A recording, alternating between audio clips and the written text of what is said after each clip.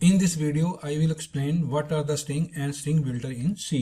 सबसे पहले हम जी string के बारे में डिस्कस करते हैं। Strings जो होते हैं वो आपके रेफरेंस टाइप्स होते हैं। तो रेफरेंस टाइप के बारे में और वैल्यू टाइप के बारे में अपने पिछली वीडियो में बता चुका हूँ। जब हम स्ट्रिंग कीवर्ड से वेरिएबल डिफाइन करते हैं और उसमें कोई वैल्यू असाइन करते हैं तो वो वैल्यू आपकी हीप मेमोरी में जाकर स्टोर होती है। मैं यहाँ पे स्ट्रिंग कीवर्ड है हमारा और मैं यहाँ पे str स्ट्रिंग, ये मेरा क्या हो गया, वेरिएबल नेम हो गया। ये वेरिएबल नेम है विदाउट इनिशियलाइज, इसको हम सिंपली डिक्लेरेशन कहते हैं। अगर मैंने वेरिएबल भी डिक्लेयर करना हो, उसके अंदर वैल्यू भी स्टोर करनी है तो मैं उसको भी स्टोर कर सकता हूँ।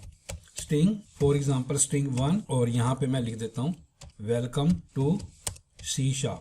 जो आपके स्ट्रिंग होते हैं वो डबल कोट्स में लिखे जाते हैं। That sequential collection of character call the text. मैं स्ट्रिंग को capital letter str in string str string 2 से भी डिक्लेयर कर सकता हूँ और इसको वैल्यू भी असाइन कर सकता हूँ। यहाँ पे मैंने कर दिया हेलो वर्ल्ड। नाउ ये स्ट्रिंग जो स्मॉल लेटर से है और ये स्ट्रिंग जो आपका कैपिटल लेटर से है, बोथ आर द इक्विवेलेंट। तो जो स्मॉल लेटर स्ट्रिंग है that is alias name of capital string. तो ये दोनों ऑब्जेक्ट किसके हैं, सिस्टम डॉट स्ट्रिंग टाइप के ऑब्जेक्ट। स्ट्रिंग के अंदर आपके पास एक प्रॉपर्टी भी होती है that is called the length. वो लेंथ क्या करेगी, आपका जितने भी आपके कैरेक्टर्स होंगे उसकी वैल्यू की लेंथ बता देगी कि इस स्ट्रिंग में कितने कैरेक्टर्स हैं। तो अगर मैंने स्ट्रिंग 2 के कैरेक्टर प्रिंट करवाने हैं तो मैं यहाँ पे लिख देता हूँ कंसोल डॉट राइट लाइन और यहाँ पे मैं str string 2 डॉट लेंथ। तो ये पेज को भी काउंट करेगा और इसके अंदर जितने कैरेक्टर 1 2 3 4 5 6 7 8 9 10 11, तो ये मेरे को आउटपुट क्या देगा, 11 आउटपुट देगा। अब मैं इस प्रोग्राम को रन करता हूं तो उसने मेरे को यहाँ पे लेंथ क्या दे दी, 11 दे दी। जो आपके स्ट्रिंग होते हैं वो इंटरनली कैरेक्टर एरे में आपकी वैल्यू को स्टोर करवाते हैं। अगर मैंने कैरेक्टर बाय कैरेक्टर की वैल्यू को असेस करना है तो मैं फॉर ईच लूप यूज कर सकता हूं या मैं फॉर लूप भी यूज कर सकता हूं। तो सबसे पहले मैं फॉर लूप यूज करके इसको प्रिंट करवा सकता हूँ। फॉर, तो मैं यहाँ पे इंडेक्स से इसको यूज करूंगा डॉट राइट लाइन और यहाँ पे str string 2। अब मैं इसको इसके इंडेक्स से यूज कर रहा हूँ और यहाँ पे मैं डाल देता हूँ i। तो ये मेरे को line by line her character को प्रिंट करके दे देगा। तो इसने मेरे को hello word line by line print करके दे दिया। तो ये तो था आपका फॉर लूप। अगर मैं इसको फॉर ईच लूप से यूज करना चाहता हूँ तो मैं उसके थ्रू भी इसको यूज कर सकता हूँ। तो फॉर ईच हमने प्रिंट क्या करवाना है, कैरेक्टर। तो यहाँ पे मैं char आइटम इन, तो जो आपका स्ट्रिंग 2 एरे डिफाइन कर रखा है और यहाँ पे मैं इसको ब्रैकेट को कर देता हूँ बंद, जो इसका ब्लॉक है। और यहाँ पे मैं लिखता हूँ कंसोल डॉट राइट लाइन और यहाँ पे मैं इसकी आइटम को प्रिंट करवा। तो जो प्रीवियस आउटपुट आई थी वही इसमें भी सेम आउटपुट आएगी। तो इसने मेरे को यहाँ पे hello word character bye character print करके दे दिया और मैं इसको भी कमेंट कर देता हूँ। स्ट्रिंग जो होते हैं वो आपके अम्यूटेबल होते हैं। अम्यूटेबल का मतलब क्या होता है कि जब आपने कोई स्ट्रिंग ऑब्जेक्ट बनाया है, they can not be modified. इसका मतलब क्या है कि सपोज करो मैंने ये स्ट्रिंग 1 यहाँ पे डिफाइन कर रखा है वेलकम टू C#। अगर मैं इस स्ट्रिंग को मॉडिफाई करूंगा तो वो एक नया इंस्टांस मेमोरी में बना देगा और जो str1 की अंदर जो वैल्यू पड़ी होगी ये वैल्यू आपकी डिस्कार्ड कर देगा। तो कहने का मतलब है जितनी बार भी मैं इस स्ट्रिंग 1 को मॉडिफाई करूंगा उतनी बार उसके मेमोरी में इंस्टांस बनते जाएंगे। This is the drawback for the string, क्योंकि जितनी बार आपके ऑब्जेक्ट बनते जाएंगे उतनी बार आपकी मेमोरी यूज होती जाएगी। इससे आपकी एप्लीकेशन की परफॉर्मेंस पे फर्क पड़ सकता है। तो यहाँ पे मैं स्ट्रिंग 1 को अगर मॉडिफाई कर दूं तो यहाँ पे मैं लिख दूं वेलकम टू C# स्ट्रिंग। तो अब इस केस में क्या होगा, जैसे मैंने इसको मॉडिफाई किया तो इसने अनदर मेमोरी एड्रेस पे इस वैल्यू को स्टोर कर दिया और जो इसकी ओल्ड वैल्यू थी इसको उसने डिस्कार्ड कर दिया। अगर मैं इसको स्ट्रिंग को थर्ड टाइम मॉडिफाई करूंगा तो वो नया ऑब्जेक्ट बनाएगा मेमोरी के अंदर और इस वैल्यू को वो डिस्कार्ड कर देगा। तो अगर मैं इसकी वैल्यू को प्रिंट करवाऊं कंसोल डॉट राइट लाइन और इसके अंदर str1 की वैल्यू को मैं प्रिंट करवाऊं तो अब मॉडिफाई वैल्यू जो है वो मेरे को ये वाली प्रिंट करके देगा welcome to C# string. Now अब हम डिस्कस करते हैं what are the string literals. तो इसको मैं कर देता हूं कमेंट। जो स्ट्रिंग लिटरल्स होते हैं वो आपके पास 2 टाइप के होते हैं। जो पहले वाले होते हैं उनको हम कहते हैं रेगुलर, सेकंड वाले को कहते हैं वर्बाटिम। जो आपके रेगुलर रेगुलर स्ट्रिंग होते हैं, इसको हम डबल कोट्स में लिखते हैं और इसके अंदर एम्बेड करते हैं स्पेशल कैरेक्टर। वो कौन कौन से हो सकते हैं आपके पास? \n हो सकता है, \t हो सकता है for the tab and this. तो अगर मैं यही स्ट्रिंग लूं और इसके अंदर मैं \n लिख दूं और यहाँ पे मैं \n लिख दूं और यहाँ पे मैं \n लिख दूं। नाउ इन दिस केस जो आपका वेलकम होगा वो फर्स्ट लाइन में आएगा, टू आपका सेकंड लाइन में आएगा, C# आपका थर्ड लाइन में आएगा, स्ट्रिंग आपका फोर्थ लाइन में आएगा। नाउ अब मैं इस प्रोग्राम को रन करता हूं। वेलकम उसने मेरे को फर्स्ट लाइन पे दे दिया, टू सेकंड लाइन में, C# थर्ड लाइन में, स्ट्रिंग फोर्थ लाइन में। अगर मैं इसके अंदर T लिख दूं, टैब, जो आपका कीबोर्ड का टैब होता है उतनी स्पेसेस वो हर जगह ले लेगा। वो वेलकम टू C# स्ट्रिंग, तो उसने टैब जितनी स्पेस ले ली। अगर सपोज करो मैं इस C# को डबल कोट्स में लिखना चाहता हूं, तो यहाँ पे मैं \this और यहाँ पे \this, इस T को हटा देता हूँ, यहाँ पे भी एक स्पेस दे देते हैं और इस T को भी हटा देते हैं यहाँ पे। तो उसने मेरे को यहाँ पे ये आउटपुट दे दी।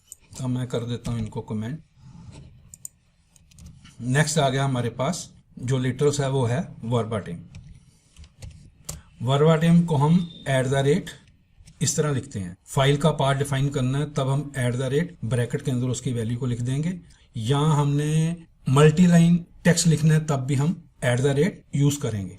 फॉर एग्जांपल मैं यहाँ पे एक स्ट्रिंग बनाता हूँ, स्ट्रिंग, और इसका नाम लिखता हूँ स्ट्रिंग पाथ। तो यहाँ पे @ और C:\user जो आपका कंप्यूटर नेम होगा \documents।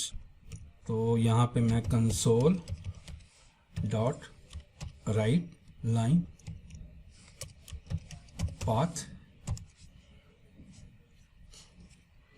तो उसने मेरे को ये वाला पाथ प्रिंट करके दे दिया।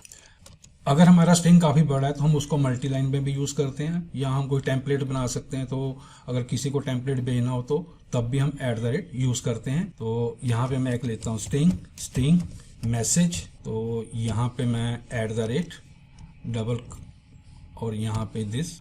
अब मैं इसको मल्टी लाइन में लिख सकता हूँ। तो यहाँ पे मैं लिख सकता हूँ dear guest, hello, how are you, thanks. तो ये मेरा मल्टी लाइन हो गया। तो अब मैं अगर इसको Ctrl F5 से करूंगा तो ये मेरे को मल्टी लाइन टेक्स्ट दे देगा, dear guest, hello, how are you, thanks.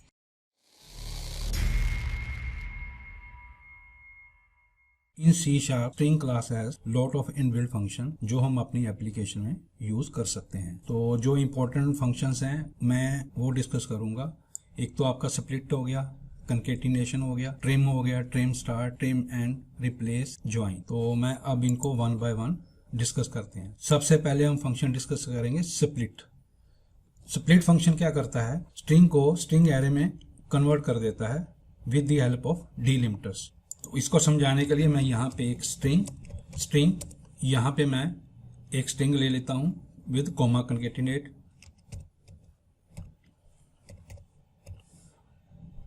तो अगर हम स्प्लिट फंक्शन यूज करेंगे तो वो हमें स्ट्रिंग एरे रिटर्न करेगा,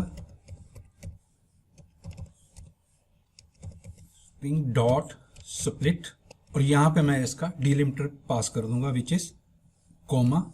इस स्ट्रिंग को एरे में कन्वर्ट कर देगा। 0 इंडेक्स पे ABC आ जाएगा, 1 इंडेक्स पे DEF आ जाएगा, 2nd इंडेक्स पे GHI आ जाएगा। तो अगर मैंने इसकी वैल्यू को असेस करना है तो मैं फॉर ईच लूप से असेस कर सकता हूं। तो किस टाइप का हमारे पास? स्ट्रिंग टाइप का है। आइटम, यहां पे मैं console.writeLine। नो, अब मैं इसको रन करता हूं तो उसने मेरे को ABC, DEF, GHI आउटपुट दे दी। तो डिलिमिटर आपके मोर देन 1 भी हो सकते हैं। अगर मोर देन 1 है तो फॉर एग्जांपल अगर मैं यहाँ पे हाइफन कर दूं और यहाँ पे मैं हाइफन कर दूं तो मैं यहाँ पे न्यू, ये किस टाइप का? कार, और इसके अंदर ब्रैकेट, पहला करैक्टर मेरा कोमा, दूसरा करैक्टर मेरे पास हाइफन, तो एंड कोमा, स्ट्रिंग स्प्लिट। मैं ये वाली यूज कर लेता हूँ। Remove empty entries. तो ये पहले कॉमा से करेगा देन हाइफन से करेगा। तो इस केस में भी मेरे पास आउटपुट ABC फर्स्ट रो में, DEF सेकंड रो में, GHI थर्ड रो में मेरे को आउटपुट देगा इसकी। तो उसने सेम आउटपुट दे दिया। अगर मैं यहां पे नन कर दूं तो ABC फर्स्ट रो में, बाकी में वो स्पेस काउंट कर लेगा 2, DEF then 2 spaces, ABC 2 spaces, DEF 2 spaces. तो आप अपनी कन्वीनियंस के हिसाब से कोई भी यूज कर सकते हैं, लेकिन मोस्टली यूज वही होता है, दिस वन। अब मैं इसको कर देता हूं कमेंट। नेक्स्ट आ गई है कनकेटिनेशन। अगर हमने 2 स्ट्रिंग को कनकेटिनेट करना है then we use concat.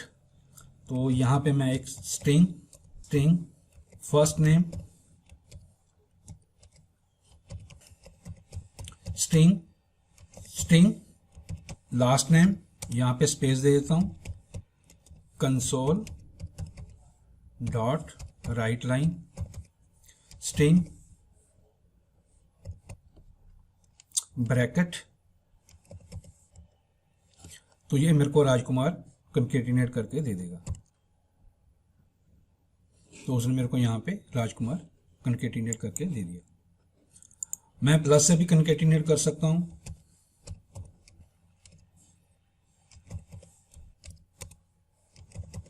String last name. तो ये भी मेरे को सिमिलरली आउटपुट दे देगा। यहां पे उसने मेरे को राजकुमार दे दिया। अब मैं इसको भी कर देता हूं कमेंट। नेक्स्ट आ गई हमारे पास ट्रिम। जो ट्रिम फंक्शन होता है वो हम यूज करते हैं वाइट स्पेसेस को रिमूव करने की, जो आपके स्ट्रिंग में स्टार्टिंग में और एंड में होती है। तो अगर यहाँ पे मैं एक स्ट्रिंग डिफाइन कर लूं, स्ट्रिंग, और यहाँ पे मैं 2 स्पेसेस दे देता हूँ, फिर लिखता हूँ वेलकम, 3 स्पेसेस दे देता हूँ, console dot write line, string welcome dot trim. तो ये वाली जो स्पेसेस है स्टार्टिंग में और एंड में, ये बहुत की बहुत वो रिमूव कर देगा। तो मेरे पास सिर्फ वेलकम आ जाएगा। तो उसने मेरे को यहां पे वेलकम दे दिया। अगर ट्रिम स्टार्ट करूंगा तो ट्रिम स्टार्ट में ये जो इसके स्टार्टिंग वाली है उसको रिमूव कर देगा, और ट्रिम एंड के अंदर वो इसकी रिमूव करेगा, पहले वाली वो रहने देगा। इसको कर देता हूं मैं कमेंट। तो उसने स्टार्ट वाली रिमूव कर दी और इसके पीछे पड़ी हुई है। अगर एंड यूज करूंगा ये वाली रिमूव कर देगा और ये मेरे पास पूरे का पूरा टेक्स्ट वहां पे आ जाएगा। तो पहले 2 स्पेसेस फिर वेलकम। नाउ नेक्स्ट आ गया जी रिप्लेस मेथड। तो मैं यहां पे एक स्ट्रिंग ले लेता हूं, AA BB CC, console dot write line, string 1 dot replace. AA को मैं अगर BB से रिप्लेस करना चाहूं तो यहां पे मेरे को आउटपुट देगा। AA मेरा किससे रिप्लेस हो जाएगा? BB से। तो पहले 4 पे BB आएगा, 2 पे CC आएगा। तो उसने 4 BB एंड 2 CC दे दी। मैं फर्दर भी इस पे रिप्लेस यूज कर सकता हूं। अब इस केस में मैं BB को CC से रिप्लेस कर देता हूं। तो अब मेरे पास सारे के सारे जो आएंगे वो क्या होगा? C आएंगे। तो उसने मेरे को सारे के सारे C दे दिए।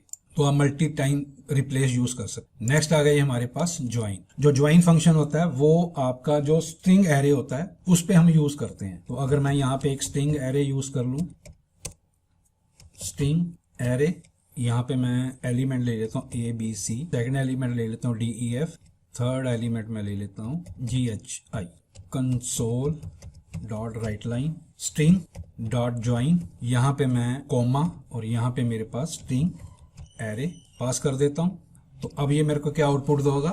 ABC comma DEF comma GHI, यानी कि इसने स्ट्रिंग एरे को स्ट्रिंग कॉमा कंकेटिनेट स्ट्रिंग में कन्वर्ट कर दिया। ABC comma DEF comma GHI। अगर मैं यहां पे स्पेस दे दूंगा तो फिर वहां पे स्पेस भी आ जाएगा आपके पास, ABC स्पेस DEF।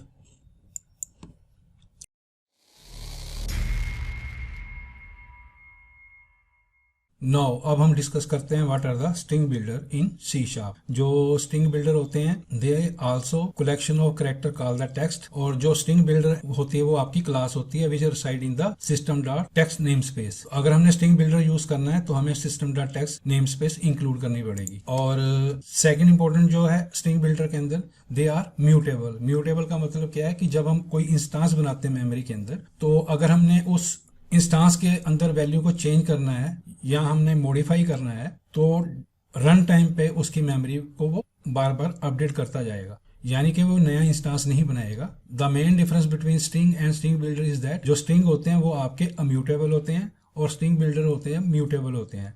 अम्यूटेबल का मतलब है कि अगर हमने स्ट्रिंग के अंदर अगर उसकी वैल्यू को अपडेट किया है, जितनी बार अपडेट करेंगे उतनी बार वो मेमोरी में नया इंस्टांस बनाता जाएगा, but not in the case of string builder. String builder में अगर हमने एक बार इंस्टांस बना लिया तो वो उसी इंस्टांस में उसकी मेमोरी को अपडेट करता जाएगा। जो स्ट्रिंग बिल्डर होते हैं they are dynamic in nature. तो सबसे पहले हम स्ट्रिंग बिल्डर का एक ऑब्जेक्ट बनाते हैं, string builder, new string builder, और मैं इसको ऐसे भी डिफाइन कर सकता हूं,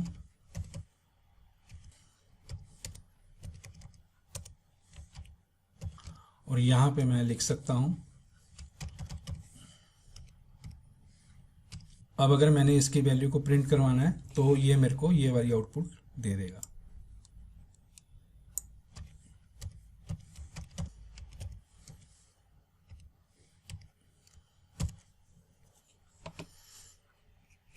welcome C sharp string builder. अब मैं इसको कर देता हूं कमेंट। अब मैं जो स्ट्रिंग बिल्डर के अंदर हमारे पास फंक्शन होते हैं, हमारे पास होता है अपेंड, होता है अपेंड लाइन, होता है इंसर्ट, होता है रिमूव, होता है। तो वन बाय वन हम वो डिस्कस करते हैं। स्ट्रिंग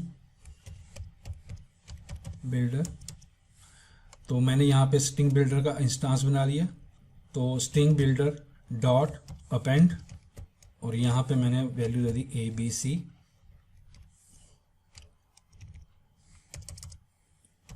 DEF, GHI, और यहाँ पे मैं string builder dot append line, string builder dot append, यहाँ पे मैं डिफाइन कर देता हूँ X। तो ABC, DEF, GHI ये एक ही लाइन में अपेंड करेगा। अगर हमने नेक्स्ट लाइन पे प्रिंट करवाना है XYZ तो मेरे को यहाँ पे string builder dot append line करना पड़ेगा। अगर मैं अब इसकी आउटपुट देखूं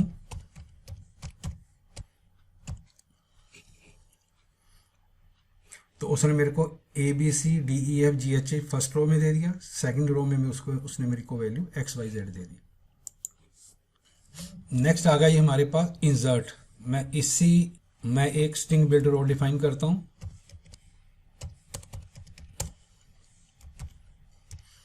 और यहां पे मैं लिख देता हूं वेलकम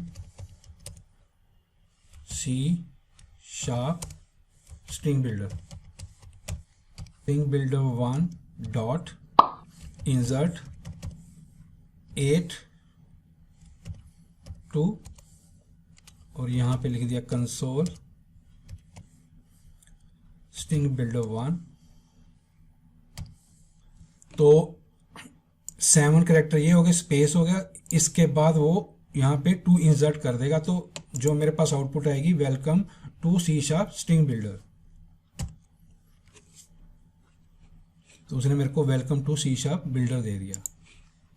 नेक्स्ट आ गया जी, हम इसी को यूज करेंगे, तो रिमूव वाला string builder 1 dot remove bracket 8th position 3 character. तो अभी हमारे पास क्या है, welcome to C sharp string builder, जो हमने 3 कैरेक्टर इंसर्ट किए थे, अब हम उसको रिमूव कर देते हैं। तो अब ये फिर मेरे को ये ओरिजिनल वाली वैल्यू इसकी दे देगा, और यहाँ पे मैं लिख देता हूँ console dot write line string builder 1।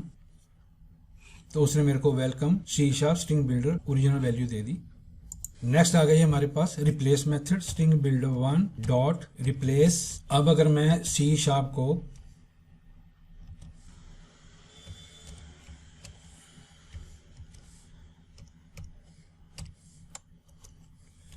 तो यहाँ पे मैं console dot write line string builder 1, इस केस में क्या करेगा, जो ये C# इसके अंदर वो इस वैल्यू को रिप्लेस करके 2C# भेज देगा। तो रिजल्ट मेरे पास क्या आएगा, welcome to C# string builder. तो उसने welcome to C# string builder मेरे को आउटपुट दे दी। और अनदर इंपॉर्टेंट प्रॉपर्टी जो स्ट्रिंग बिल्डर में होती है, तो स्ट्रिंग बिल्डर की हमारे पास कैपेसिटी भी होती है स्ट्रिंग बिल्डर 1 डॉट कैपेसिटी। और अगर मैं यहाँ पे 25 कर दूं तो इसका मतलब है कि हम 25 कैरेक्टर ले सकते हैं। अगर 25 कैरेक्टर से हम ज्यादा स्ट्रिंग में अपडेट करेंगे तो वो ऑटोमेटिकली उसकी मेमोरी को डबल कर देगा एट द रन टाइम। जो डिफॉल्ट कैपेसिटी होती है वो आपकी क्या होती है, 16 होती है। तो ये था जी आपका स्ट्रिंग बिल्डर के बारे में।